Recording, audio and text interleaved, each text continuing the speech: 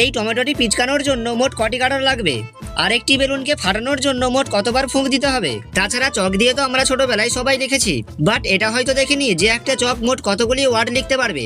তো দেখা যাক তাহলে। প্রথমে তো আমি গাছ থেকে একটি টমেটো নিয়ে চলে এলাম আর দোকান থেকে কিছু গাডার। তারপর লেগে পড়লাম টমেটোর ওপর গাডার লাগাতে।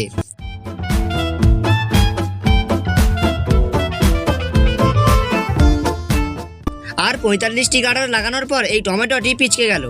এরপর দেখা যাক একটি চক দিয়ে মোট কতগুলি ওয়ার্ড লিখতে পারবো।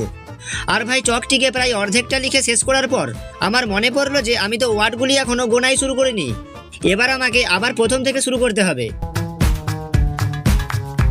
তো 10 মিনিট ধরে লেখার পর চকটি শেষ হয়ে গেল।